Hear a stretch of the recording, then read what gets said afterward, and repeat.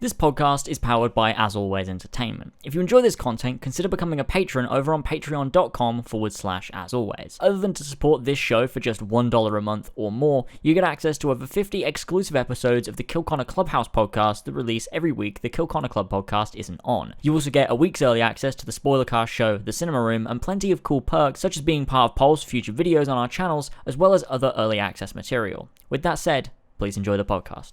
Hello everyone and welcome back to another episode of the Cinema Room podcast, the Spoilercast podcast where we talk about movies, video games and TV show seasons. I am one of your hosts, Tyler, joined as always by James. As always, how's it going? Very good, very good. How are you, my friend? I'm fantastic. That's good. That's good. I'm excited about this episode. A couple of days late for Patreon, but it'll be on time, obviously, when it gets released everywhere. We are talking about Spider-Man Far From Home. It's in cinemas now, pretty much everywhere in the world by the time this is up. So, if you haven't seen it, go see it, then listen to the spoiler cast, because we'll be talking full spoilers about this movie, as well as spoilers about Avengers Endgame and every Marvel movie, as well as our predictions, I'm sure, for what's next, because that's kind of what we do.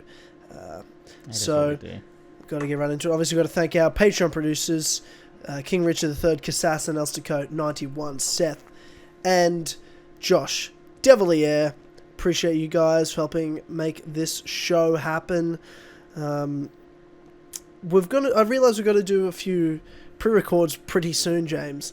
I'm going to sit down and do a bit of planning tomorrow because I go to fly to America on the 20th of July. And then I'm not in the UK until the 27th, 28th or something like that.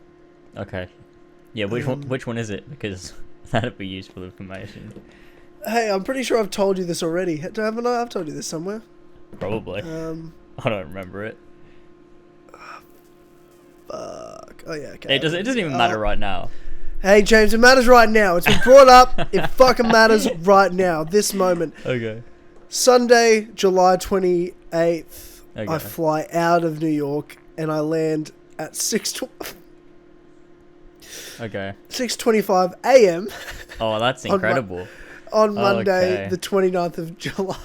Oh, okay. Well, that sounds wonderful. So I expect you to be there. Oh yeah, you're not making any promises. You might have to walk. To be fair, also, you don't have to get there at 6:25 because I got to go through fucking customs, which takes forever. So you probably got a good hour. It's not going to take that long. Yeah, I don't know about that, man. I got some background shit. You don't know. you don't know me. Oh, right, I forgot I'm white. I'll get straight through. Yeah. Facts and logic. All right.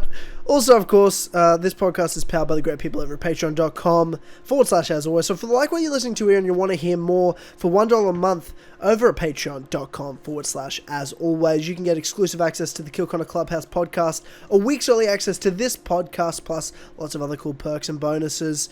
Especially when James and I are getting together to make some content soon. There'll be some Patreon exclusive stuff that we do. So you better be ready for that. So to thank a few of those sweet vintage lads, we have King Richard III, Kassassin, Elsticote 91, Seth, Ballsack 47, Josh Devillier, Damian, Billy the Team Tynamite Captain Robertson, Tman Travis, Baby Boy the Saviour of the Story Thread, KEMOSABE Gamer, Casey Wood, Pink Flame 313, Adam Sundling, Alfie Rowsell, Jamie Brown, Lumistrad, Mario 5380 is gay, ArunWyn. Wow, they did well there. I like whoever did that. I like that, because it's like I'm saying Mario 5380 is gay, but someone's next name is gay, for whoever's name is before, making it sound like I'm saying they're gay. So anyway, amazing. Mario 5380 is gay, ArunWyn, Fuck Cuck, Brendon Overlord, RAVJAI, Julli, Ikraik, Oscar, Benedict Parker returns, James and Lad, Connor Durose Bully in the alley, Zahir the FAT Gamer, Max H, Gene, Zeek Collins, Son of a Bitch, Ogeaidogo, George, Dammit Glenn, Furious Coco, the ACMJS, Kyle, Sandor the Pussy Slayer, S. Jaws, Marcus Blackburn, Emil Katborg, Josh Romero, Ginko Swag, Master Bass, Yazen, Joe the Sexy Boi Smith, Joe A.K.A FoundedScarab, H-Bar12, I got Lumbago, Alfie Rodbert, Brian Ford, Casper, Milkboy, Shields, Fishy, or Ethan Woodgates, Andreu Martinez, and Fanaclers. Thanks to sweet vintage lads for helping power this podcast. All right, incredible. James. Housekeeping's out of the way. Brilliant. Yeah. We've both seen Spider-Man Far From Home. Yeah. I'm curious. I'd love to know, James, in general, give me the gist. What did you think of it? Okay, I thought it was bloody fantastic. I was smiling throughout.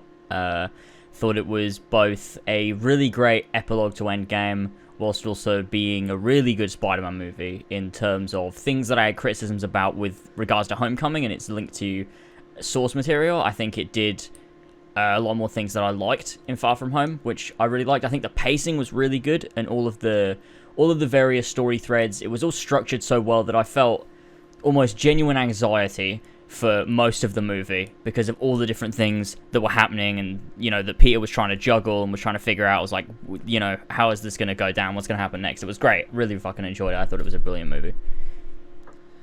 Phenomenal. That's good. My overall thoughts, loved it. Absolutely loved it. I prefer Homecoming to this movie. Ooh. For sure, Okay. by significantly. Oh, okay. I still loved this movie. You haven't seen my updated MCU list, because I posted that just to kind of be like, I saw the movie, loved it, blah blah blah blah. Here's my updated MCU list, and of course people just lost their shit. Yeah, because your MCU list is fucking bad. It's a great MCU list. That's It's fine. a fantastic MCU list. You the would only say thing that. was just, well, people only get mad about where I put the Iron Man movies, because I don't think they're that good other than the first one. Especially the second and third, I think are probably fucking average to shit. Two is sort of just fine. 3 though. 2's shit. 3 is better than bleh. people give it credit 3's for. boring. 3 shut is the fuck boring. up. I just rewatched it. It's fucking boring. 3 is great. And it's irrelevant. No. Anyway, that's not about that. But I put Far From Home, I put at like 11? 11? Probably. But to be fair, like, you gotta understand, the 10 movies are ahead of it. Like, I loved Far From Home. I thought it was fucking awesome. There's 23 fucking movies, and I was just like, think about what's above it. I mean, These are what I put above Far From Home. Thor Ragnarok. Nah.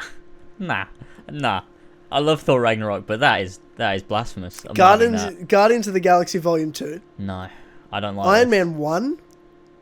Yeah, maybe. The Avengers, the first Avengers movie. Yeah, maybe. I don't Infinity know. War. This is... Guardians of the Galaxy 1. Spider-Man Homecoming. Captain America The Winter Soldier. Captain America Civil War and Endgame. Okay, I'm going to have to look at my list and figure this out. I'm going to give it a bit as well, but... Yeah. But it might change because I'm seeing it again tomorrow. It was one viewing. I need to let it settle for a bit. But I fucking loved the movie. I just thought in terms of... Homecoming's my favourite Spider-Man movie of all time. Right. It just is. I'm not a fan of the Raimi Spider-Man movies. No. I think Spider-Man 2 is like a good movie, but I hate Tobey Maguire as Spider-Man. I hate him as Peter Parker. I just don't like Tobey Maguire at all. You don't? In any way. Yeah, I think he's creepy. Man, yeah. I think he's creepy. I just think he's a serial killer. I think he's a real creep. He looks 50 I love and he's Tobey playing Maguire. and he's playing a teenager. I'm like, you a narc, bro? Is this 21 Jump Street? What am I watching? But like the movies are so like story wise, like they're well written and made and stuff. Like I like Spider-Man 1 and 2.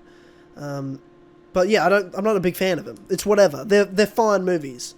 Okay. But Homecoming I thought was Tom Holland's my favourite Spider-Man by far. Yeah. And it's in the MCU, and I thought it focused on the stuff I like to see where he was, a teenager, the high school stuff. I loved the modern take on it. Like I fucking loved Homecoming. I'm not a big Spider-Man nerd either, so I don't have this whole source material criticism. I just thought it was a really fun movie. And it's top 5 in my MCU movies. I fucking love Homecoming. And Far From Home to me was a better MCU movie than Homecoming is, but not as good a Spider-Man movie as Homecoming is. Why do you think that? Because I think that Far From Home is a It better felt like it Spider-Man was movie. Far From Home to me focused so much on not Spider-Man, like so much on what's going on in the rest of the MCU, which I love because I love it was awesome because I love the MCU and I wanted to know like after Endgame how we'll follow up. There were so many great character moments, but so much focus on Tony Stark, and obviously that had big relevance to Peter and the whole I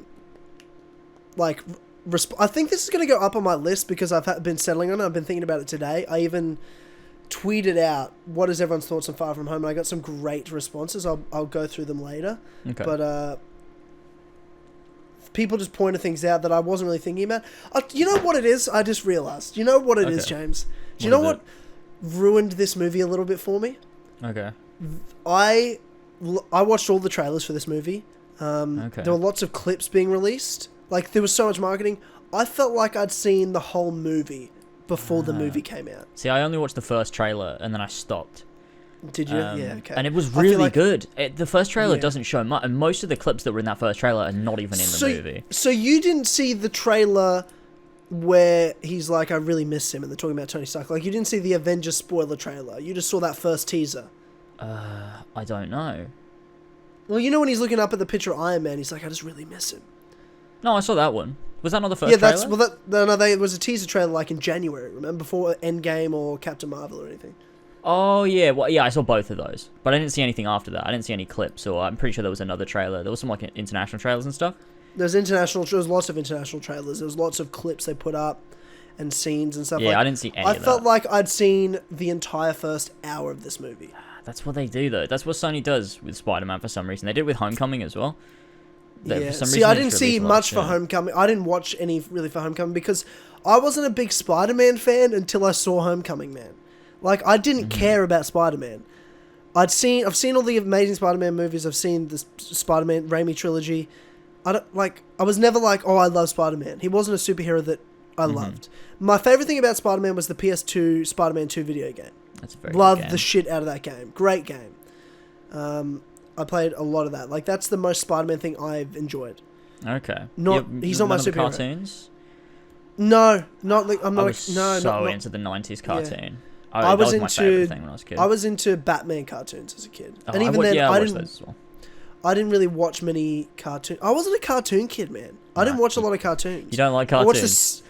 I don't really like cartoons. I watched The Simpsons. That's what I watched. And when I was like 10, I was watching fucking South Park and Family Guy and shit. Like, those are the cartoons I watched. Okay. So, Spider-Man was never my guy, and when I saw Homecoming, I just loved it. When I saw Civil War, like, I loved Tom Holland as Spider-Man, that I said, wow, I'm excited to see this Spider-Man movie because I'm not going to get another fucking boring origin story from this fucking, what I thought was just an average character anyway. I would never thought Spider-Man was that fucking interesting to me. That is hurtful. No one's going to like that. Yeah, actually, whatever, bro. I don't really I don't like that. I'm going to need you to resign. Yeah, okay. I don't like that opinion. Anyway, I'll see you guys later then. It looks like it's just us now. Tyler? Wait, did you actually leave? Alright, I decided that you're fired, James. I had to think about it to myself, and I realised, wait a second, I'm the boss, so, like, why would I resign? Okay, that's fair. That's fair. Yeah, that's kind of what I was thinking, you know. I'm going to replace you with Jared, so, if that's cool. Okay, that's fair. That's alright. Yeah. That's alright. Yeah. I'm going to need to stay at your house, though, in a couple of weeks' time, though, if that's... okay. Yeah. If you could not be there, because I feel like it'd be awkward, that'd also be ideal for me. Can I just swap then? Can I just stay in your house? Yeah, you can. Definitely. Okay. Definitely can. You just come to Australia. There won't be any spiders here. I'll make sure of it. Great. Wink. Plant spiders in the house. Oh, God. I'm not going to tell you. What? I just feel like at some point I'm gonna prank you, and I'm gonna make a compilation of, I'm gonna buy like a rubber spider and just put it in your house and slowly film you through the time I'm there. I'll kill you. The spider. I'll put up a video compilation of your reactions to the fake spider. No, because I will kill myself. And this is relevant because we're talking about Spider-Man the movie. So, of course. Yeah. See how this conversation is relevant? In cinemas now. But yeah. And the video title will be called The Spider-Man Prank. That's fucking stupid. And the funny thing is, like, I can tell you about this prank and it's still gonna work. Like, I know that for sure. Like, you're that scared of spiders. I could give you full warning and you will still be terrified. No, you could still put it down and go, James, there is a fake spider here. And I'd still shit myself. Yeah, no, I know. Yeah. So look forward to that. Anywho, no, I'll be dead before then. I'm gonna go jump in fucking traffic. I'll be dead to avoid that. Yeah. Where were we? we're talking about Spider-Man Far From Home. What I was saying was that Homecoming and Tom Holland's rendition of Spider-Man is what made me love Spider-Man. Yeah. And I don't know what it was about Homecoming. It was just like, I loved the story. I loved the villain. Thought Vulture was incredible. And I just felt like a grounded story to me, and it made a lot of sense story-wise. Like, I get the criticism of Far From Home. What Far From Home does well, and I agree, is Peter Parker's struggle between the Peter Parker life and the Spider-Man life. That's kind of right. Like, you'd agree with that. Was that one of your criticisms? You said you had Homecoming criticisms. Yeah. Was that one of them? I think I think it was mostly what they tried to do with Homecoming was they didn't want to rely too heavily on classic Spider-Man iconography, whether it's from cartoons, comic books, the previous movies. They wanted it to be completely new and fresh. And there was some little Spider-Man bits in there, but for the most part, it was like, this is entirely new stuff. And I think that was the character was Spider-Man. No, you know what I mean? Yeah. I know. Look, it's not a huge criticism. I still, like, you know how much I love Homecoming. But I think if I had to criticize it, it would be, in the future, I would just love to see more of recognizable Spider-Man things that make Spider-Man Spider-Man. Like I said in this movie, what I really wanted to see was Spider-Man stepping up and being Spider-Man, because he doesn't have that, like, he's not relying on Tony Stark anymore, and we had that moment in this movie, and it was done fucking perfectly, and it's such an MCU way, which was great. Yes. And the whole, you know, his relationship with MJ, and they did it well in Homecoming, was his, like, trying to balance being Spider-Man and being Peter Parker. But in Homecoming, the reason he wanted to be Spider-Man, I mean, obviously he had the original reason of Uncle Ben dying, which we learned about in Civil War, but in Homecoming, it was almost like... And his suitcase is Ben's suitcase as well. Like, it had BJP on it. Yeah, which was really cool. But it's like in Homecoming, he wanted to impress Tony, and that was like a huge part of it. And I know a lot of people didn't like that. I didn't think it was that bad, but I wanted to see him develop further into, you know, being Spider-Man, because it's his responsibility. And I think that happened towards the end of Homecoming, but this movie really solidified it, and it's something that I really love, is he felt like Spider-Man in this movie by the end of it, which was just... it was just done so well, and I think there was a lot of nostalgia in this movie for me, like, in a lot of, like, little references and a lot of little, like, nods to, like, Spider-Man, that I think that's what puts it above Homecoming for me. Is because I'm just such a big Spider-Man fan. I mean, the movie is solid on its own, but also being a Spider-Man fan, it was just sort of like a real treat, and I think that was something that I love, and it just shows that moving forward in the future, they're going to develop this further, and it's just going to be, it's the best Spider-Man's ever been on screen, so sure. I just can't wait to see more. Yeah, agreed. I absolutely love this Spider-Man. I love Far From Home, and I loved Homecoming, and I feel like, you know, the MCU's my favourite thing in terms of movies at the moment, and it means a lot to me. And with Cap gone and Iron Man gone, and you know, the original Avengers kind of moved on, he's the one that's kind of taken the mantle. He's the future, and we've talked about this, you know, for a while now, before Endgame came out, that he would be the future face of the MCU. And even though Spider-Man wasn't my guy before he came to the MCU, he's my guy now. So he's the guy I want to be the forward face of the MCU going forward, now that Cap and Iron Man aren't there. He's the one that makes sense. He's the best choice. And the fact that, you know, there's rumors that Tom Holland said he'll play Spider-Man until he can't walk, and there's rumors that Marvel want to do 9 solo Spider-Man movies with Tom Holland in the next 10 to 15 years. So this is kind of a lock for a while, and I'm so excited to see what they do with him as well. It's really exciting, and you're right. Like, there were things about the character that were more Spider-Man-esque. I think for me, ultimately, I'm going to be honest, I think it really comes down to 2 things. One, I think some of the travel, like the fact that it was all over the place and all over the world, felt very MCU and way less Spider-Man. Sure, yeah. I don't think the narrative was as strong. Like, it was quite simple. It's like, here's some elementals, they're an illusion, Mysterio's the bad guy. Like, it wasn't, like, there wasn't a lot of complexity to the story, and it wasn't a plot twist to me either. No, Mysterio was actually the villain. It wasn't a plot twist, no. Whereas people called it a twist. Like, oh, the twists were good. I'm like, wait, what twist? If you don't know who Mysterio is, if you've never heard of him before, and you don't know his name, that, you know, is Mysterio, which sounds like a bit of a mischievous bloke, then yeah, I guess it was a plot twist. But if you thought the villains of this movie were a bunch of CGI rocks and stuff, then I mean, I wouldn't have. Yeah, that's on you. Yeah, well, but that's what I mean. Like for the first half of the movie, the villains were a bunch of CGI rocks. They were, but it wasn't about those at that point, and they were developing Quentin. Yeah, Beck well, but like I knew what it was. I knew great. what it was, but it was still like kind of okay. When are we getting the plot twist? Like, you know what I mean? When are they going to reveal it? Like, when are we going to get to the end of the movie and it'll be like the end bit? That'll suck. Like, yeah, that would have been bad. Yeah.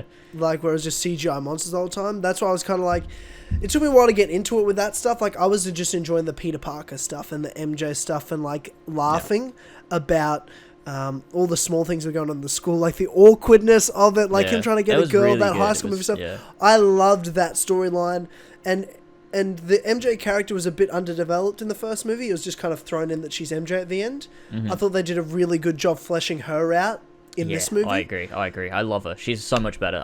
Honestly, in the like first her way movie, more now because you didn't like her that much. I didn't like her. She pissed me off. She was just irritating. Like she'd just show up every so often and give like a snarky remark about something, and it'd be like, okay, fuck off. Like, why are you here? But then in this movie, she's way more interesting. Like, she's actually a character. She actually has emotions, and I could actually empathize with her. Whereas she was just sort of like this weird throwaway character in the first movie. It was really strange. I think they just had her there. It was more of just like, we don't really need her at all in this movie, but we want to have her there so in the next movie it's relevant. Yeah, definitely. Which makes sense. Yeah, and it was good. I really liked her in this movie, and I think that I really liked Peter's, you know, him trying to get with her and this whole plan that he had. It was very Peter Parker. It was really good.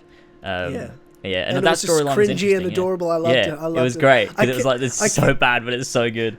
Yeah, I kept looking at Harlan and like reacting to things with like fucking yeah boy, like he's in like, you know, different moments with the MJ stuff, and Harlan's like, shut the fuck up, Tyler. Like, I was like, yeah, fuck yeah. You know, I loved that stuff. With MJ. Yeah, this movie might move up on my list. Like, there's things I really liked. I think I really just felt like I'd seen the movie before I'd seen it, if that makes sense. Like, they did not do... There was no set piece in this movie I hadn't seen. Okay. I'd seen the Prague fire elemental. I'd seen the water elemental in... So you hadn't seen any of these Venice. Things? I'd seen maybe the London one... But... Like, I'd seen all the set pieces of this movie. There was no... The only thing, like, that was kind of like, was the, like, vision scene where Peter thinks he's talking to Nick Fury and stuff, and that, you know, that whole stuff. And he gets that was really cool.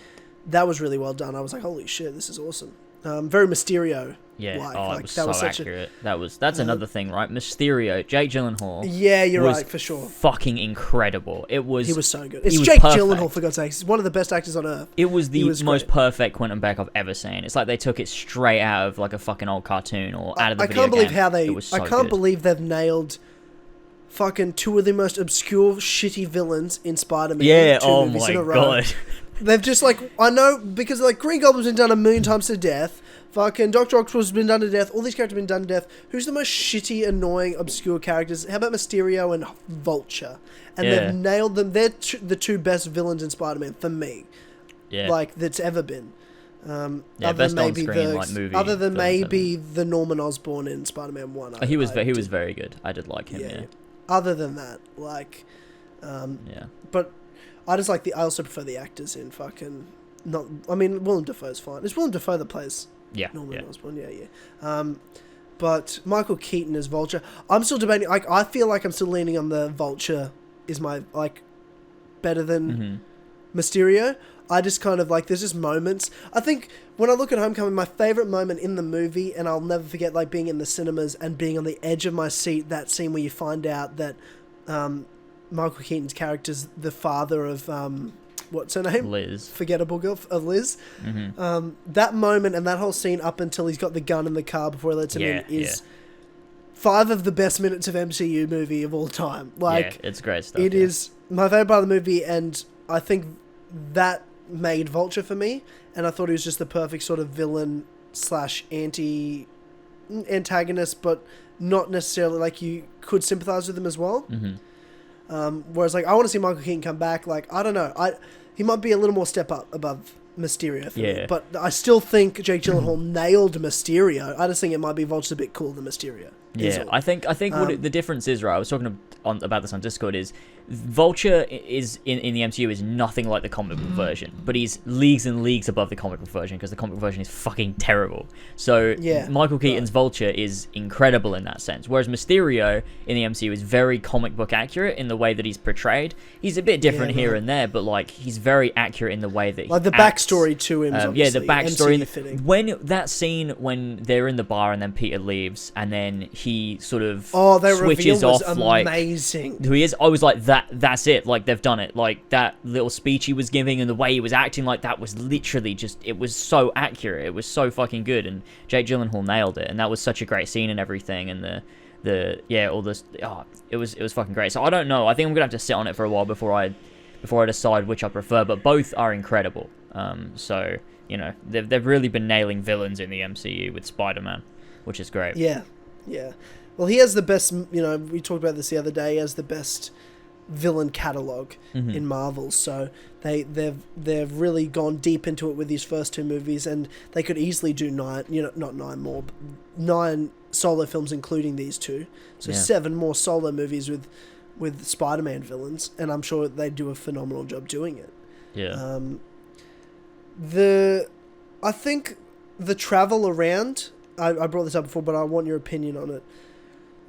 Another thing that Homecoming just feels like a bit more of a Spider-Man, grander Spider-Man movie to me, is that Far From Home felt more MCU scale-wise, in terms of, like, they weren't big where it's all over the world and there's a threat worldwide, and it just felt not Avengers level threat, but it's just, Mysterio kept saying this is going to be an Avengers level threat.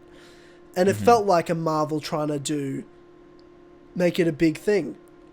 Yeah. And I guess it makes sense because that's where they're going with Spider-Man. He's going to step up, not just to be the friendly neighborhood Spider-Man, but the next Iron Man. So story-wise, it makes perfect sense that they're traveling. But that's why to me, I'm like, well, this is more of an MCU movie than a grander Spider-Man movie in terms of the narrative. Character-wise, very Spider-Man-esque, right? Like, I'm not going to dispute you on that. Peter Parker-wise, narratively and character-wise, very Peter Parker-esque. But I just felt like in terms of the hero stuff and the plot and it just felt a bit more MCU, which is nothing wrong with. That's not a criticism to the movie. I loved it. That's just why, if you asked me, why do you think Far From Home's less of a Spider-Man movie than Homecoming? That's where I go to, I guess. I think that makes sense, because I think that, like you said, character-wise and stuff, and even story-wise in terms of the stuff with Mysterio, I think it's very Spider-Man. It's just almost like they took that, which could be applied to like a normal Spider-Man story, and just decided to expand it and be like, let's make it on a larger MCU scale, like with Mysterio really like going all over the world, trying to fool the entire world. Like it was a lot larger scale, and I like that. I kind of like the combination of, it was very Spider-Man, but it was taken in a new direction to sort of fit into the MCU and be this larger scale and push Spider-Man in that new direction of being, you know, the face and being the next Iron Man in a sense. Because, I mean, I think by the end of the movie, it got to a point where it's like, he's not going to be the next Iron Man, but he's going to be Spider-Man, and he's going to be at the forefront. He's going to be the main guy, but he's not trying to be Tony anymore, which I think is what he thought he had to do, which I like. But I don't know if I got that though, to be honest with you. Like, I feel like there was a right balance. Like, he's like, yeah, he's Spider-Man. He is who he is, but but that is who the next Iron Man is. It depends how you're saying he was chosen, because he was chosen, and I think there's one particular scene which I don't want to get to yet. We'll talk about that later. That nailed it for me. That I think is the best scene in the movie and got me the most emotional of the movie, and I probably teared up a little. But to backtrack a little, when we get to the start of the movie, and we're given a recap of the events since Endgame, the 8 months that have passed by, the explanation that the general populace has about the snap, or what do they call it? The blip. The blip, right. And then they explained how it then works, and how there are kids that are older now that were younger before the blip, and the kids that were, they explained it really well. What did you think of how they kind of set it up as like an epilogue to Endgame? Because this is the epilogue to Endgame in the sense of if Endgame's the climax and ending of Phase 3, but technically Spider-Man Far From Home's Phase 3's final movie, it kind of acts as the epilogue and set up for what's next. Yeah, what did you think of how they did that sort of epilogue to Endgame? Oh yeah, I thought it was good. There was a bunch of different story threads that they dealt with, and that set up at the beginning with just sort of giving a bit of a recap of Endgame, and now we're sort of in the, I mean, not necessarily the aftermath, but it's sort of like we're more on the ground. It's not like the big spectacle that was Endgame, dealing with that. It's now we're with Spider-Man or with the people that went through, and it opens up a lot of possibilities for characters in the future that you could introduce and could be explained away with. Oh, this is why they weren't here before, and this is why they're here now because they're older now because of the snap and everything. So that's all interesting stuff, and I think that was handled really well. And obviously you got all the stuff with Tony and Fury and all of those things carrying over from sort of Endgame and the ending of that and everything. And yeah, I thought it worked really well being a nice epilogue and everything. Yeah, no, definitely agreed. Interesting that they say Cap's died. That more there was Cap in the... Yeah. What does that mean? I guess they think he must to have the died general population they think he's dead. Because he did, because he left and then he came back and he's old. And I guess he doesn't want to go around saying, "Hey guys, Captain America, I'm back." So I guess everyone just thinks he's dead.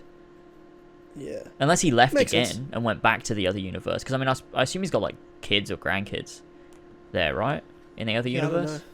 I don't know. It's strange because they had lots of like, obviously the whole movie's about who's the next Iron Man, yada yada yada, and they had so much like memorials for Iron Man all over the world, pictures, posters, banners, paintings, billboards, all that sort of shit.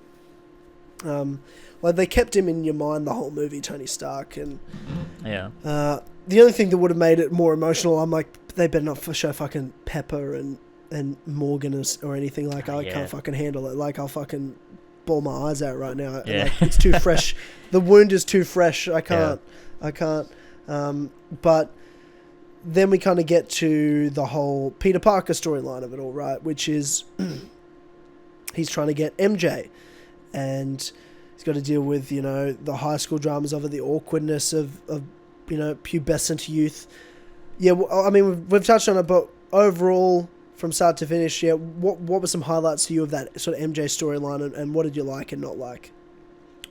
Stuff that I love the whole section on the plane where he's trying to get Ned to help him switch seats so he can sit next to MJ, and in doing the two teachers are great. It's like, those were great characters. Yeah, were awesome, and that's still their character from Homecoming as well. Their science teacher. Yeah, and that was great. You've got the whole stuff with Ned and Betty. They were great. That was a really great little... Ned kind of annoyed me by the end of it. Like, I was kind of over him by the end of the movie, but I did really like it throughout. Yeah, I thought that was great. And then obviously that sets up all the stuff with, what was his name, Brad and MJ, which was an interesting... It was a kind of a weird storyline. It was fun from Peter's perspective, with him having to then deal with that and try and try and tell MJ how he feels. He's got to have competition, right? Like that's what I liked about it. Yeah, like, but it was also weird because he was one that survived the snap, right? So how old is he, or is he their age? He's their age. Like that's the thing. So he was so much younger than them. That's the thing. Yeah, he's like they talked about it. I thought he was older. I was like, oh, he was in. But why? So why is he in their class though? Because he's in their grade level now. He was 5 years younger than them. Because shouldn't... So if you say like... He's the same age as them, right? Like he's now the same age as them. Why does he look like he's 20? I don't know. Well, they're all actually 20s. But why does he look like he's made out to be 20? I don't know. I didn't think he was. I thought he was made out to look so much older than the rest of them. Like they all look but like he's just kids. a jock. He was a jock. Like that's the thing. He's a jock of their... And we haven't really seen many jocks in their sort of school.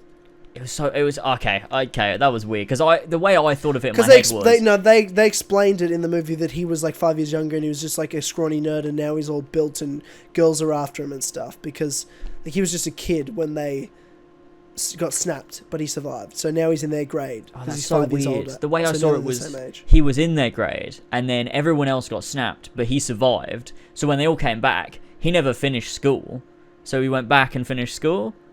I mean, that's weird as well. Just talking about the snap, is at points when you see the world during the snap, everyone sort of looks fine, but at other points it looks like a post-apocalyptic world. Like, what the fuck was going on there? Because sometimes it looked fine, and sometimes it didn't.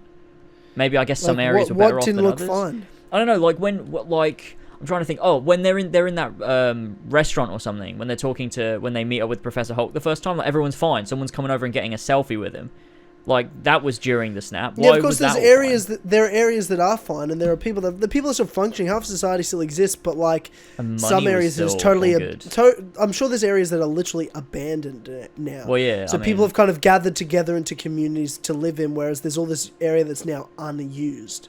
That makes sense. Okay, that straightens that out a little bit. Okay, the Brad storyline makes a bit more sense, but also, but I'd love a fucking, it would be the most boring movie of all time. Just like explaining, it's like, this is my house. No, it's not anymore. I've lived here for the last 5 years. And I would love that. Imagine how much displacement's going on. Like, it did seem like it was a bit, they didn't deal with it much. Not that it had to be so boring, but it's been 8 months. There's no way the world functions properly after 8 months. Yeah. Yeah, exactly. You know, I mean, Peter and May have moved apartment as well. They're living in a new place because it's not the same as the one from Civil War and Homecoming. Yeah, right. Well, I'm sure they've got that Tony Stark money now, so that I don't know why they're living in shit anyway. You'd hope so. You'd think so. That's strange. Yeah. Oh, also with regards to the snap as well, they show those scenes of when people came back, and you got like people just popping up in the middle of things and stuff. That was funny. That was funny. Very good. Like that. So, what other stuff with the MJ storyline? Like, I really liked her character. I don't know what it was. Like, I really enjoyed her character, especially once we got to the opera scene, and you kind of see that emotion and a bit more vulnerability behind her. I'm like, oh, okay, I kind of get you now. Yeah, that was really good. Like the whole scene where, I mean, it was in one of the trailers, but it was also when you see it in the movie properly, where they're in the opera house and Peter's like, "Oh, you look really pretty," and then she's like trying to like wind him up, and like it freaks him out, and he's like, "Oh God, no, I didn't mean it like that." And then she's sort of like, "No, it's fine." But then she has to sit with him, and they want to go half in one of those things, and then he has to ditch her. I'm like, oh, no! It was such a Spider-Man thing because it's like, oh no, I feel so bad for him. Yeah, I felt so bad. I know that was one of those moments that happened. But that's like, it happened a lot in Homecoming too. You know, with the actual homecoming dance and shit, and he had to leave and whatnot because, you know, of his responsibilities. Yeah, the only thing I would like with regards to that is a few more maybe repercussions. Like, I know he did come out and tell MJ, "I'm Spider-Man, I'm everything," but when you watch something like Spider-Man 2 from the Raimi trilogy, did you know that in the trailers they revealed MJ finds out? Yes, I did. Yeah, I did know that. Yeah. See, you know what I mean? Like, I just felt like there's so much that I already knew. It happened differently in the movie though, because she was like saying it, but like wasn't sure about it, and then he just comes out with it anyway. Yeah, but I feel like it wasn't though. Like, I felt like she really did know. But then she just happened to say, "I'm 67." I was only 67% sure, but she was really just adamant he was. Yeah, that's true. What was I fucking saying? Oh yeah. In Spider-Man 2, there's actual repercussions to when Peter misses things or when he has to leave. Like with MJ, when he doesn't show up for a show or like he can't make it to dinner or whatever, you know, there's actual repercussions. She's like, "No, I can't be with you anymore." And then she's with someone else, and that fucks with Peter because he's like, "I still got to be Spider-Man, but I'm also now dealing with this," and MJ's with someone else. And like, you know, there was that there. But I'm sure that will happen. But it almost wasn't a real threat to him, sort of thing. Yeah, well, I mean, he almost killed Brad with the fucking drone. Well, yeah, he was more of a threat to Brad, I guess. But, you know, it's something I'd like to see in the future, is I'd like to see, you know, him being Spider-Man having... But now MJ knows it's not going to have as many repercussions, because the only reason it did in Spider-Man 2 is because MJ had no idea. She just thought he was being a cunt.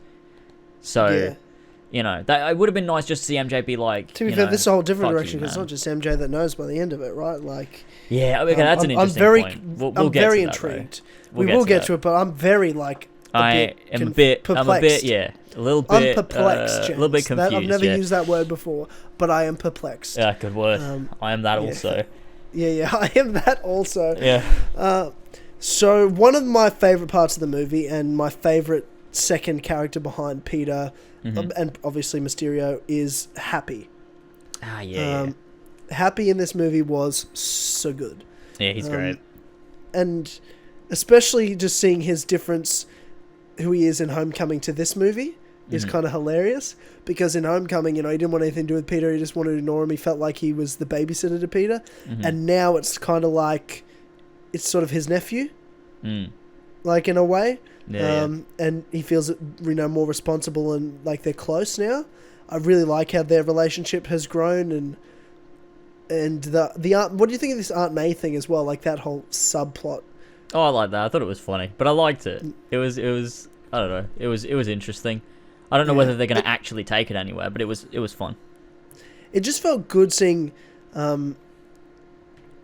Happy. You know what I mean? Like it just feels so MCU when Happy Hogan's there.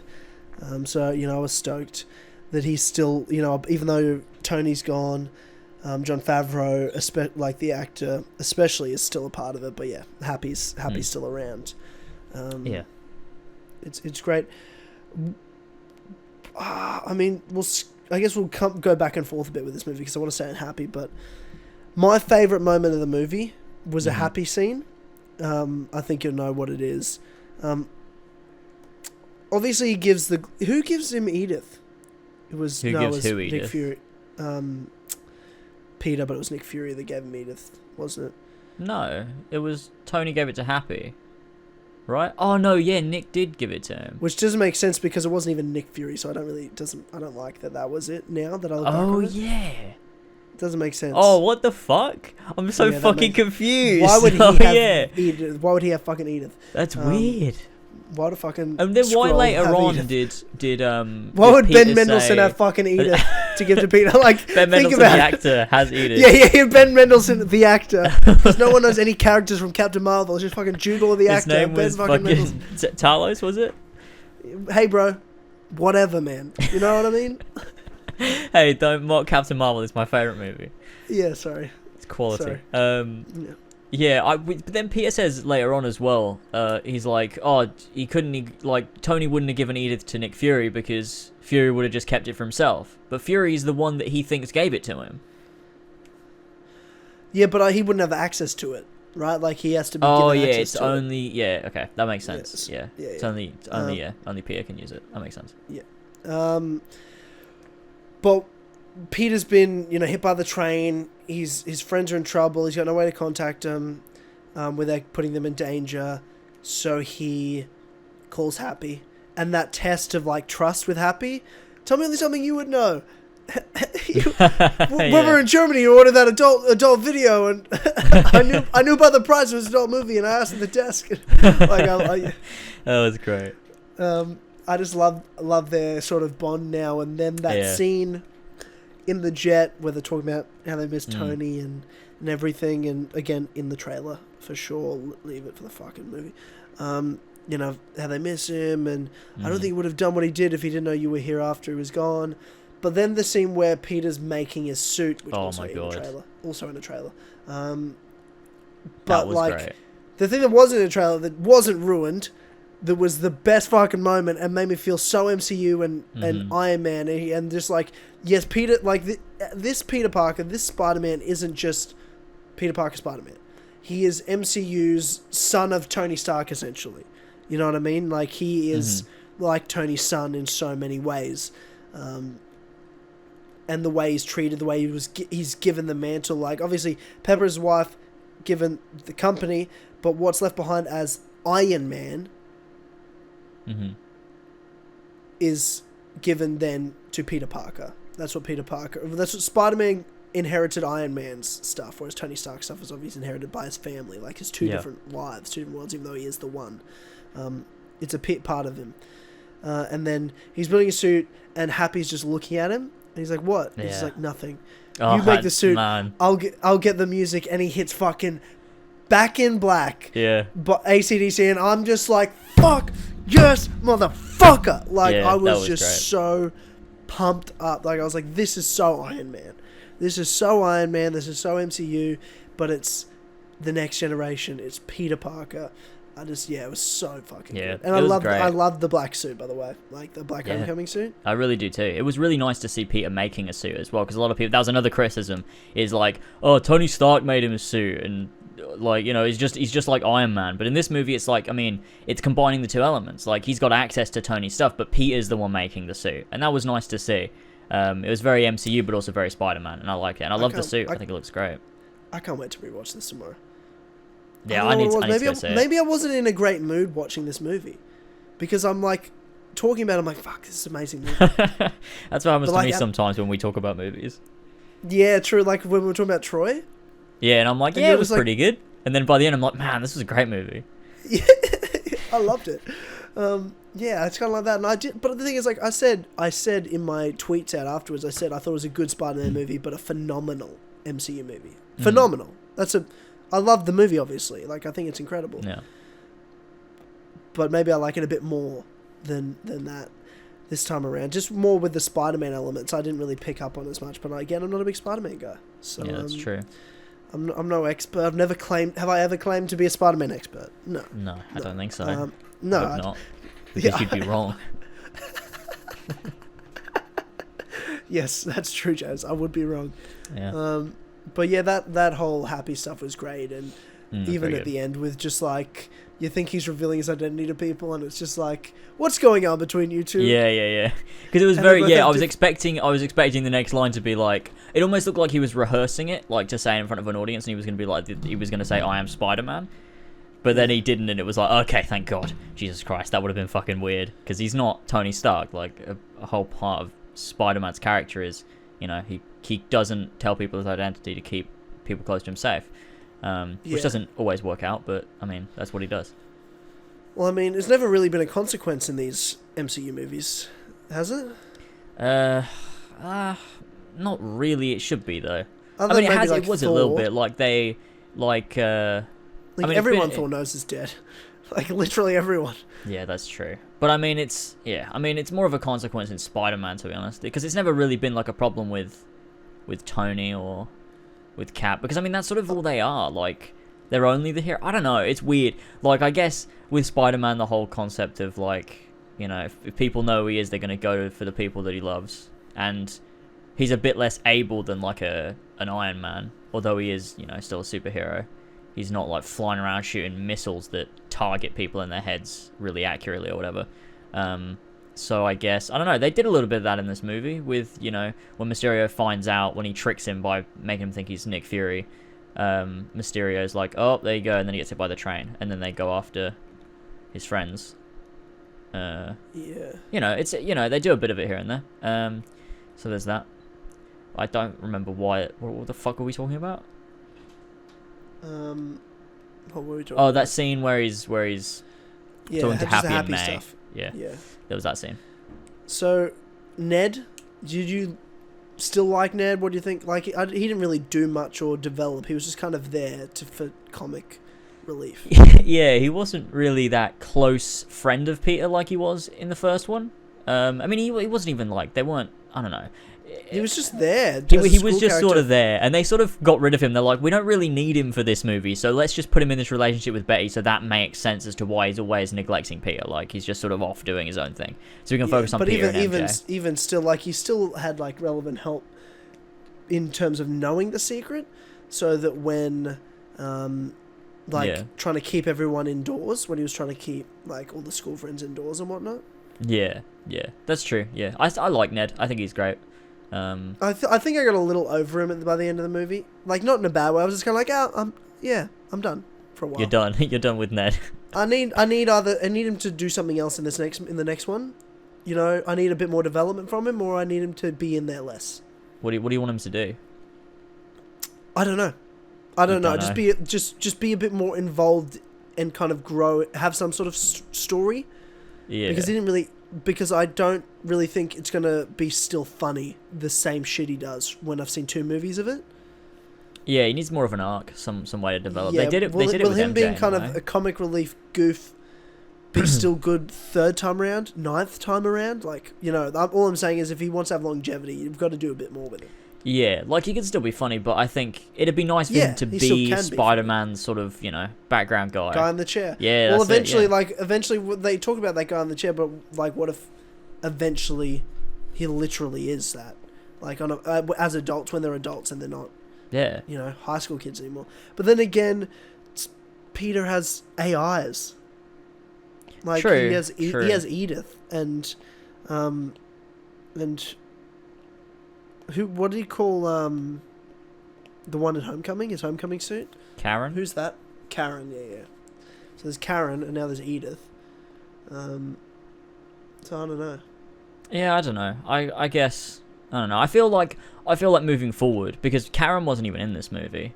I feel like Spider-Man is going to lean more towards not having the AI, and probably more towards, you know, if he needs help, maybe he will go to Ned, or maybe he'll have someone else to help him. I feel like, I don't know, and until they show me that he's just decided, yeah, he's totally on board with just having AI people tell him what to do, I feel like that's not going to be a thing moving forward. Like, he's going to scrap that. Like, that was a thing that Tony put in his suit, but I feel like he's not going to have that, you know, in future movies. I feel like he'll move on from it. And if he does need help, maybe Ned will be that character that'll be able to do that for him. Who knows where they're going to go with that. Him or Happy. I'd rather Happy, to be honest. But yeah, I think I would as well. Unless they do something good with Ned. But I mean, how long is Ned going to be around? Like, is Ned still going to be friends with Peter when he's in college, or when he's an adult? Or are they going to move on? What are they doing? Where's, like, Harry Osborn? He's there, but he's not there, yeah. Well, where is Harry Osborn? Fuck knows. Yeah. And how can you really do Harry Osborn and the other? I don't know. Again, we'll get to it later. I don't really want to talk about what's next, because there's a big plot point we got to talk about, and I don't really know how they even go forward after it. It's so crazy. Mm-hmm. Also, I got things like that spoiled as well, by the way. Like, you know, during the really? podcast on Kill Comic Oh, Club. yeah, you said, didn't you? Yeah. Yeah, but I didn't tell you what it was. No, you didn't. You know what? This movie kind of got ruined for me in a lot of ways before I even saw it, to be fair. I didn't get surprised by much. Like, my only surprise was Back in Black Plane. That was about the only surprise that I had in this movie. Oh, I had a lot. That was, yeah. Oh, that's a shame. Yeah. So maybe that's why. Like, so if people like Todd didn't like Far From Home, I did. I thought it was phenomenal, but also got the whole movie spoiled for me by arseholes. Literally, people tweeting at me. I knew that J.K. Simmons was in it. Like, I knew. I'm so glad I didn't get that spoiled. That was a huge moment. I fucking leapt out my chair when that happened. I was so happy. Yeah. So there wasn't really anything that wasn't spoiled for me in this movie, other than Back in Black played. Yeah. On that plane, but still, like, I still loved it, obviously, because it, you know. So Mysterio, we talked about what we loved about Mysterio, and Jake Gyllenhaal nailed the character. He did. We get to, what do you think of the action? Like, throughout, so like the Venice stuff, when they're in Prague against the fire elemental, like what were your, in terms of MCU, action's a big important element to it.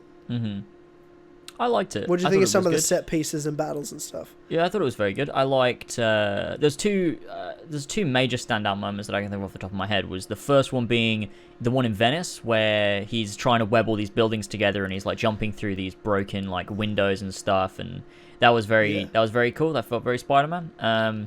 And the other one, which is probably one of my favorite fucking moments, which was brilliant, was the final.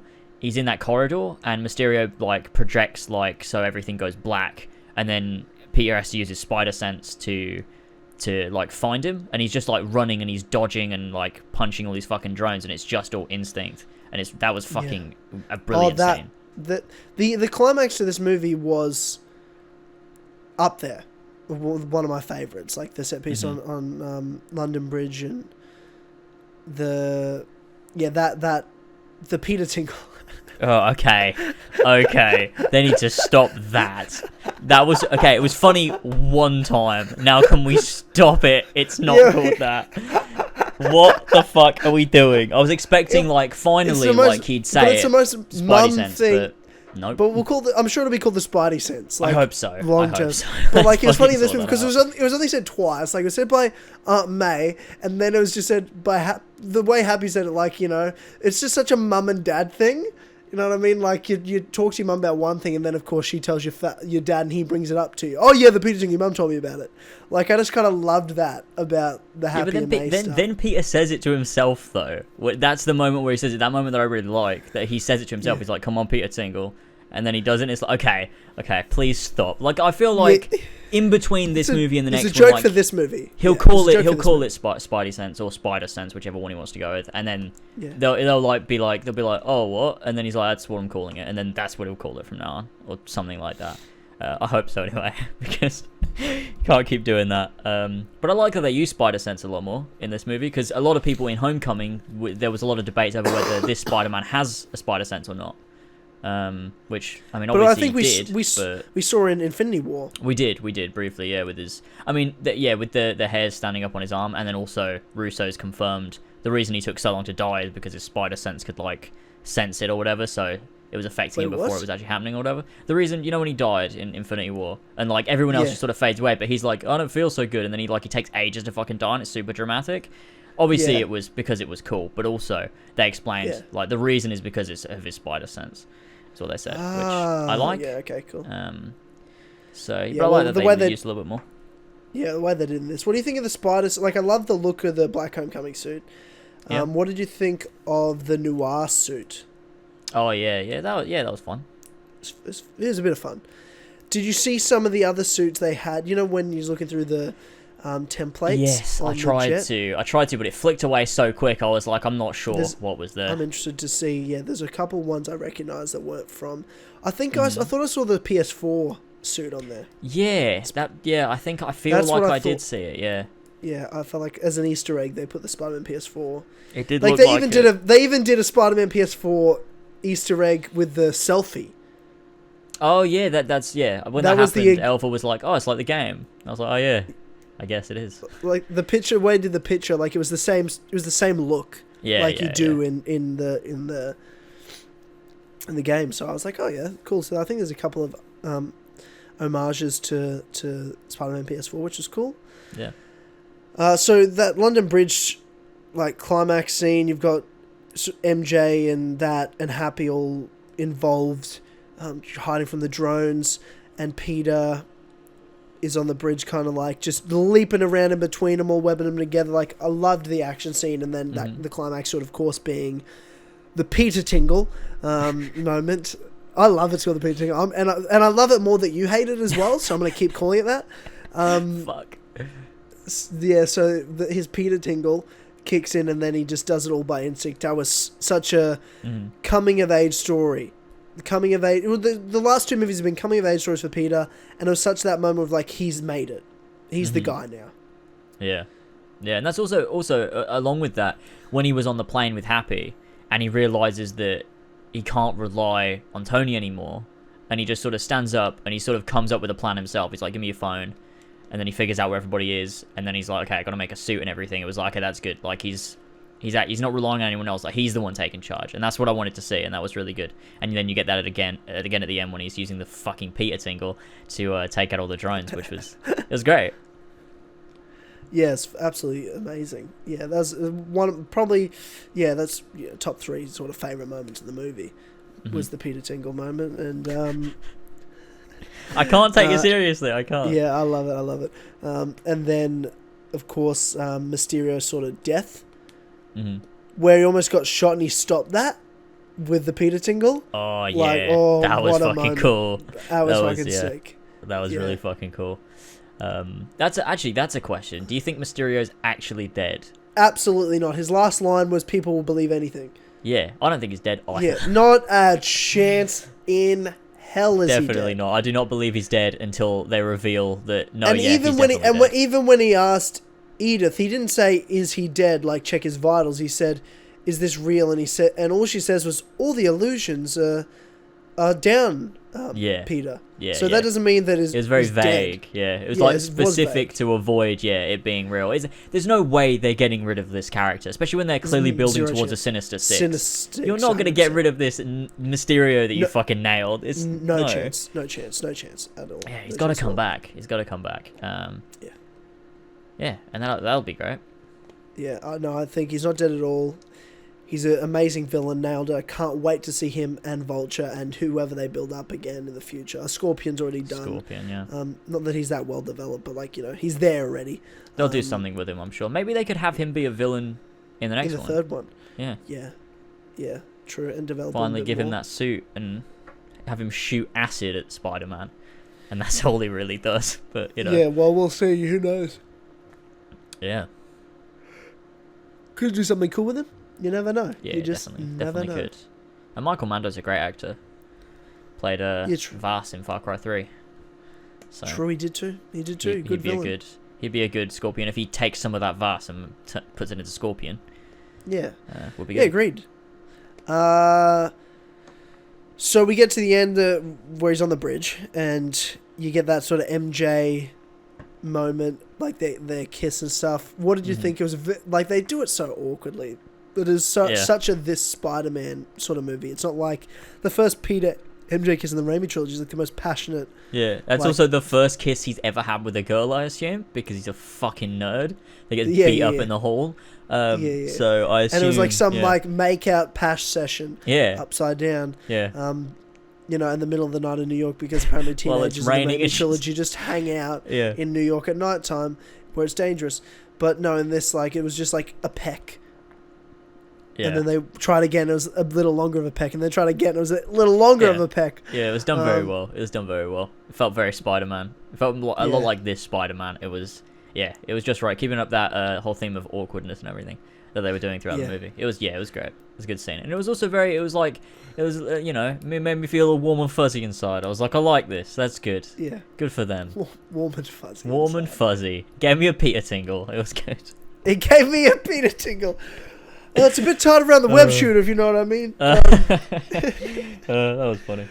Classic. Oh god! There was a lot of great comedy in this movie. A lot of great comedy. There was that scene that was like a weird. I don't know why they did it. It was funny though. It was like that Endgame reference, where you've got he's on the bridge, and he picks up that sign to use as a shield, and then he's also got that thing that he's swinging around. It's like Mjolnir. Cap swinging Mjolnir. So weird. I got that too. I don't understand was like, why, is that supposed to be an Endgame? Like, it definitely was. It was Easter egg. Definitely, it had to be. I don't know why they did it. It was really strange, but they did it, and that was it's like quite funny. the most poor man's version of Cap holding Mjolnir. Yeah. Hey Peter, stick to trying to be fucking Iron Man. Don't ever think you're gonna be the next Cap, you little shithead. Maybe you're a fucking virgin bitch, stupid little virgin bitch. Maybe don't ever step on Cap's shoes again. Maybe it was meant to be like a visualization of like, oh, he's got to step up, sort of thing. Like, nah, step up to Tony. You don't step up one step at a time. Hey, you're not even close. To Captain America? Oh, God. Hey, stick to suits, huh? You know what I mean? Stick to suits. Just stick to your suits. Happy tried to do it as well when he picked up that shield and like tries to throw it and it like doesn't. How does Cap do that? How does Cap that was great. I love that. That was really great. I almost had that. I did have a thought in my head though, and of course it wouldn't have been as good looking back. But I'm just like during the movie I had this thought. Because like ultimately it was all about Peter stepping up and Peter doing it, but it was like a big fucking like threat that he was dealing with, like thousands of drones that he was shooting at him, that he was swinging around. Like it was a pretty difficult challenge. I was sitting there thinking to myself, when's Cap gonna come? When I say Cap, I mean Sam. Yeah, he'd say on your left whenever he shoots up. That's what he does. In every Peter, movie. on your left. And it gets to a point where all the Avengers are like, "Hey man, it's getting old now. You need to cut it out. We've all talked about it. We get it. You're on our left. We get it. You're on our left. We don't even get the joke. I don't understand why you keep saying it like it's a thing. Like we weren't even there. We weren't there. It's an inside joke. We're not in on it. Oh god. But I did think there was a moment where I'm like, it'd be good for him to show up, even if it was just to save like Happy in that, like not to really interfere with what Peter's doing, but to kind of save the friend somehow. Yeah, that could have been good because Peter didn't even save them. I mean, he turned off the drones and everything. The drones in time before they got knocked. But he didn't actually intervene and show up and beat the drones and take them to safety. So that could have been a point where you could have had Sam show up, but also it might have been a little bit contrived, just sort of like just to have him there. He shows up and saves Peter's friends, like, there you go, you're saved, see you later, and he just sort of flies away. It would, I don't know. I'm glad it was just Peter, to be honest. As much as it would have been a really cool moment in the moment, I'm glad in the end it was just focused on Spider-Man being the hero, which was good. Liked it. Yeah, agreed. Then they go back to New York. The movie's kind of wrapping up. The trip's over. His whole crew. What do you think of Flash in this? Actually, he's the only one we haven't really touched on. We touched on the teachers and all the other kids. I really liked Flash's character in this, because they did little bits here and there, but then the moment that was great was that moment right at the very end that they didn't need to include, but it was a really good little like sort of character moment where he goes over and like he's like, oh, could Mum not make it? And the guy's like, no, and he just looks really fucking sad, and it's like, oh god, so he's like neglected by his parents, and like that's why he's the way that he is. It was just a nice little moment there, just giving him a bit of character. I really like that. Yeah, true. Yeah, that was good. I didn't think about it at the time, but I didn't really remember it. It wasn't a moment that sat with me. Yeah, that was good. It was. The whole like Betty and Ned broke. Oh no, we broke up. Like, yeah. It's so fucking dumb. Like, so high school. It was such a good joke. Like, it was just the whole time. Like, that's really the whole point of it. Like, the relationship like, when they got on the plane, he's like, oh, no, she's my girlfriend now. I'm like, wait, what? Like, I was like, what the fuck's going on? Oh, it was so funny. That was funny. And now that's done. So, good job, Ned. The whole story with Ned was absolutely pointless. It was just comedy, and now he'll be back to how he was in Homecoming. Which is weird, because in the next movie, I assume they're going to be, like, 18? Because I assume it'll skip forward to where... Or will it? Oh, I don't know now.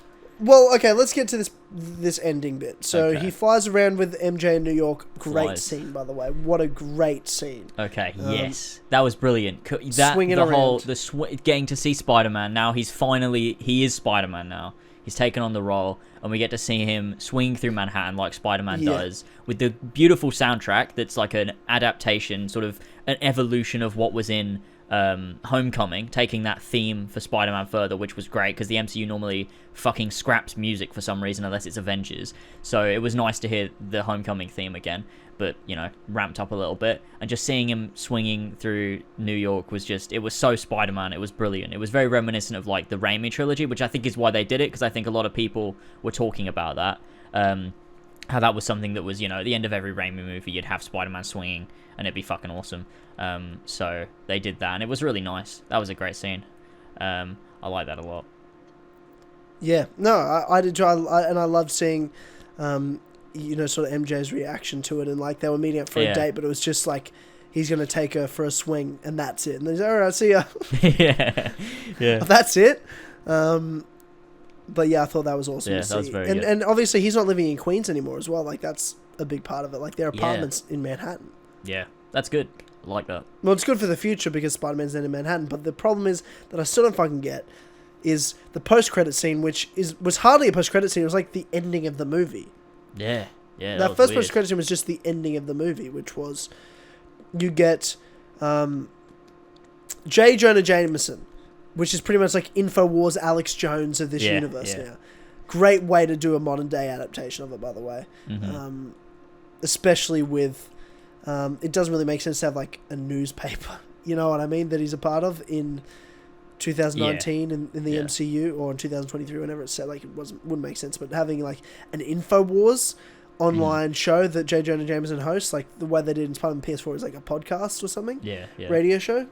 But yeah, I thought the way they did that was great, and the fact that it was J.K. Simmons again. What was your reaction to that? Oh man, that was so fun. I did not expect that. Not in a million fucking years did I expect that. And he's one of the actors that, like, he's perfect for that role. Like, he showed that he is. Like, he's one of the best parts of the Raimi trilogy. It was 100%. Great. It was fucking incredible seeing him show up again as J. Jonah Jameson. And I love that he looks like a real person. Like, he doesn't look like he was ripped out of a comic book with, like, his wacky hair and the massive cigar and whatever. Like, he looks like this is what J. Jonah Jameson would be like in the MCU. And the fact that they've got J.K. Simmons, it was brilliant. I fucking loved that. It was great.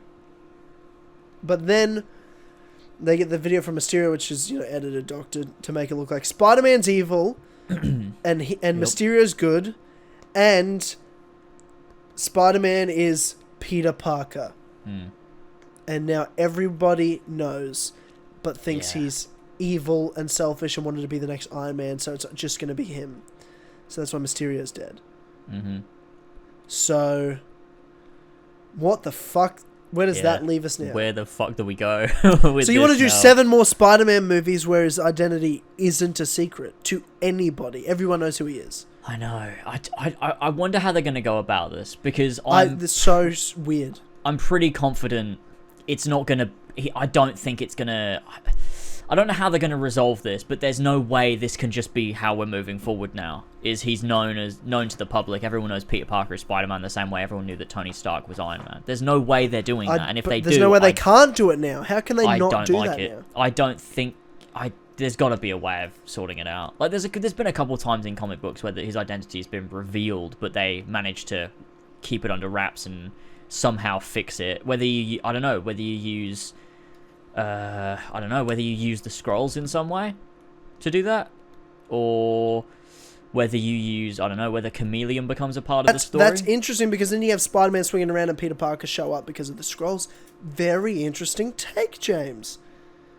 Could be. Very interesting take. But I feel like the reason they've done this is to get people talking and get people confused.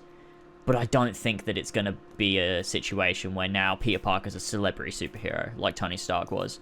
I don't think they're going to do that. And if they do, I don't like it. But I'll reserve judgment until it happens. But I don't think that it will. But also, I have confidence depending on, even if it was that he is like Tony Stark, everyone knows who he is.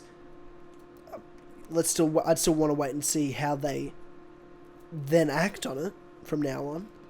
Sure. I don't like the idea, but... I don't like the idea either. Like, that's my point. See. Yeah. I'm pretty confident this won't happen, though. We're too into potentially 9 solo Spider-Man movies. Like, what the fuck are we doing? Mm-hmm. And also, I feel that's the reason that the Skrulls were in this movie. Is because... Right, interesting point. Is because it's the same reason as well the plot point of Avengers Tower being sold was in Homecoming. Because I think it's Spider-Man related. And the reason the Skrulls are in this movie is because if you didn't watch Captain Marvel, this is important. Avengers Tower, it got sold in Homecoming. Remember? Yes. Because they were moving all this stuff. Yeah, I remember them moving everything, but I didn't know they'd sold it or whatever. Yeah, they sold it to someone else. I assume it's Norman Osborn. You're going to assume I would think so. I think so because a lot of people thought, maybe it's the Fantastic Four. Maybe they bought it. But I think, for one, that makes absolutely no sense. But also, because it was in a Spider-Man movie, there's got to be a reason that plot point was in a Spider-Man movie. I feel, especially because Sony are the ones that are sort of... They're not in charge of it like it is Marvel Studios, but also, being Sony movies, if there's a plot point that's in a Spider-Man movie, it almost feels like it's got to be then relevant to the future of the Spider-Man movies. So... that one's a little bit more ambiguous, but I think that there's got to be a reason the Skrulls were in this. For one, it's probably setting up what they're doing in the future with Captain Marvel and with Nick Fury being in space, but we'll talk about that in a minute. But also, the reason they showed the Skrulls has to be because they'll be important to the next Spider-Man movie. Otherwise, there's no need to show the Skrulls in this movie because people have already seen them in Captain Marvel. So the reason they specifically showed... Here are Skrulls, and this is what they can do, showing that they can shapeshift. There's got to be a reason for that. There's multiple reasons for that second post-credit scene, which involves the next phase of Marvel, as we talked about in the last Kill Connor Club, is cosmic focused. Mm-hmm. Very cosmic heavy. So Nick Fury is now going to space. And I assume that last post-credit scene wasn't a Spider-Man post-credit scene. That was a Captain Marvel sequel post-credit scene. You'd think so. I don't think it's got anything to do with Spider-Man, no. No, neither do I, which is why I don't necessarily... I'm not necessarily saying the Skrulls were there because it's Spider-Man related. I agree with you. That's the way to go about this. Like, the Skrulls weren't even the post-credit scene. They were before the credits even rolled. When they were in the car, and they... No, that's the post-credit scene. No, it wasn't. Wasn't it? I don't think so. Because wasn't the... Yeah, it was. Oh, no, wait, no, sorry, yeah. I was just connecting the two, because there's the scene where they're in the car, and he's on the phone to Nick Fury, and then it cuts to Nick Fury in on space. The spaceship, yeah, I thought those were two different scenes. Yeah. No, they're not, man. No, right. No, the Skrulls aren't in the movie. They do talk about Skrulls in the movie, though. When do they talk about Skrulls? Nick Fury and Maria Hill, which isn't really Nick Fury and Maria Hill, when they're walking, I forget what they're doing, but they do say something about Skrulls. It was just like a passing comment, and then they get distracted and have to do something else. I don't remember exactly what it was, though. The funny thing is, with the Skrull thing, when I first saw that scene, I wasn't looking at Nick Fury's character. I was looking at, what's her name? Kobe Smulders is the actress. Whatever. Maria Hill. Maria Hill.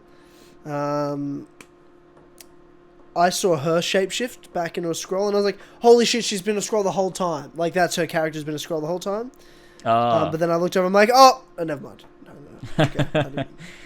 No, it was neither of them. And then being Ben Mendelsohn was like, oh, that's fucking sick. Because I just felt like that final post-credit scene was a Captain Marvel sequel setup. Gotta be, yeah. Thought it was. Yeah, definitely. I mean, I think that it could potentially lead to some more things in the future, like, because Nick Fury's in space and he's with all these Skrulls. Does that mean they're going to set up SWORD now, which is like the offshoot of S.H.I.E.L.D. that are like in space and that connect heavily to Secret Wars? Is that something, especially like Fantastic Four as well? Fantastic Four, SWORD and Secret Wars are all sort of like together.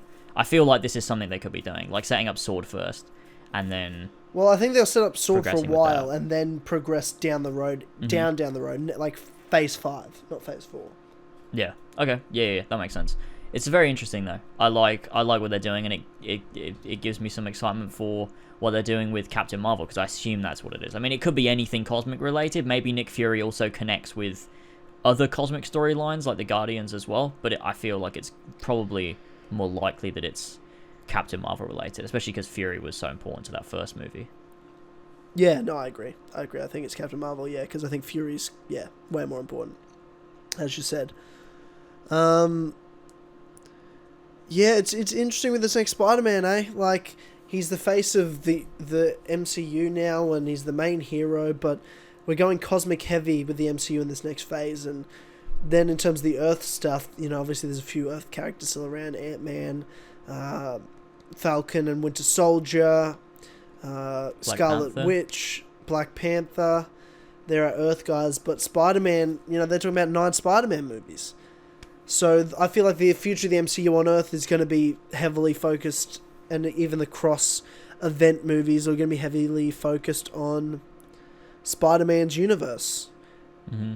And I'm looking forward to see how they build this Spider-Man universe with the more villains they're going to do and tackle in it. And hopefully he learns to not reveal his face to everyone like he did with Mysterio and stuff. Like, just being casual about it after this. Maybe this will be a lesson to him he'll never ever reveal his identity to people. Yeah. You'd hope so.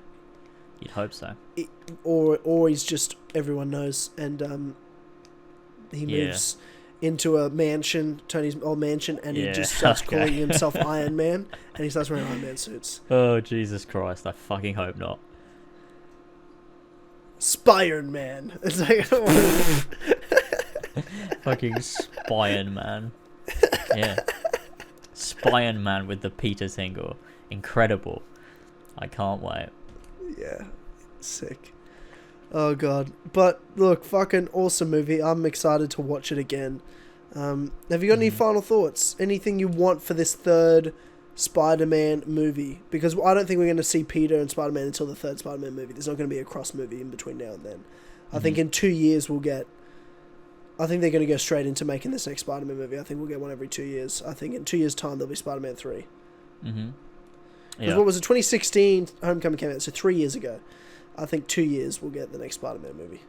Yeah, I think so too. And I think obviously it's going to be very New York focused. I think that these first 2 movies were, we had one set in Queens and then one set in, all over the place. But this next movie, I feel like this is now... Those were developing movies to develop Peter Parker and Spider-Man. And I think now everything's solidified. It's very grounded and he is the face of the MCU. This next movie has to be a Spider-Man movie in every way. Like, we've got to have it set in Manhattan. We've got to have, a great Spider-Man villain, a great Spider-Man story, and that's really got to be the focus of it. Obviously, there's going to be MCU elements, because there has to be. It'd be strange if there wasn't. But, I look forward to hopefully that. And also, fixing this, everybody knows who he is. Let's sort it out, and let's fix it, and not have everybody know who he is, because I don't like it.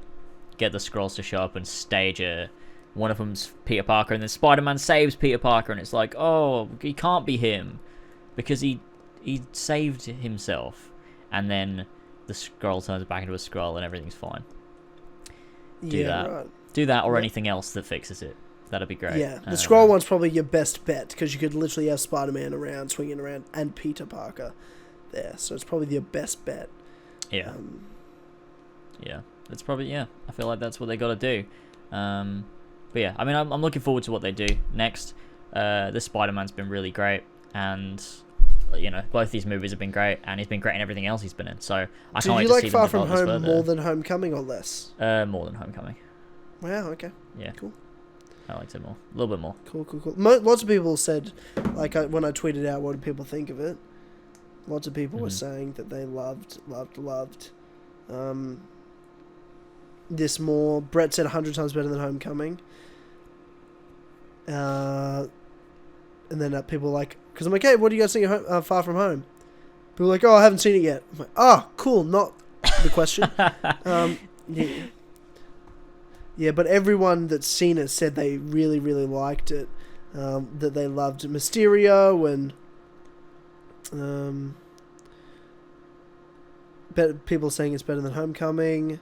Fucking loved it. J.K. Simmons was good. In my opinion, Homecoming, but improved. They fixed one of the biggest criticisms with Homecoming, and that's that Peter had little to no consequences or responsibilities. Then someone goes, it was good story-wise. It was a bit lacking for me, but it had some great acting scenes and great performances from the actors. So, yeah, I mean, I think everyone... Okay. Lots of positives. People seem to love Far From Home, which is great. That's great. That's very good. Yeah. Shows that Marvel's doing the right shit. And I mean, it shows as well they're listening to fans. Because there's a lot of things that there was criticism of that I think they probably... I don't know whether it's a coincidence, but it looked like they did some things that, you know, they were listening to fans. Like, especially J.K. Simmons being, you know, J. Jonah Jameson. I feel like that's got to be, you know, based on fans saying, you know, he's great for the role. If you're ever going to have him, surely get him back. And, you know, they did what was right. They did what worked, so that's good. It only leads me to believe that the future of Spider-Man's going to be bright, so I look forward to whatever's next. That's exciting. That's exciting, alright. Let's wrap this motherfucker up. That's Spider-Man Far From Home spoiler cast. It is. That is what this was. Yeah. If you didn't know. If you didn't know. If you're blind and you can't read the title, just letting you know now, that's what you listened to just now. So phenomenal. Hope you enjoyed that. Alright, well, let us know what you guys thought of Far From Home in the comments on Patreon, but also in the comments on YouTube. And if you're listening anywhere else, on podcast services when this comes out to the public, be sure to rate us 5-star, give us a like. I don't fucking know how they all work, but you know, do that, do the positive things to help out the podcast. And if you are listening on podcast services and or YouTube, and you want to get this a week early, like you can do with the Cinema Room whenever it comes out a week early on Patreon, as well as getting access to the Kill Connor Clubhouse podcast and other stuff that we might do. Patreon's the place for all that stuff for just $1 or more, depending on what you want to do. Go ahead and do that. Check it out. Patreon.com/as always. Check it out and help support us, whilst also getting access to exclusive and early things. It's really great. I would recommend it. And to thank everybody that's pledging $5 or more, we have got King Richard III, Kassassin, Elstico91, Seth, Ballsack47, Josh Devillier, Damian, Billy the Team Tynamite, Captain Robertson, Tman or Travis, Baby Boy, the Savior of the Story Thread, KEMOSABE Gamer, Casey Wood, Pink Flame 313, Adam Sundling, Alfie Rowsell, Jamie Brown, Lumistrad, Mary5380, is gay. Fuck, man, that gets me. Yes. Oh, God.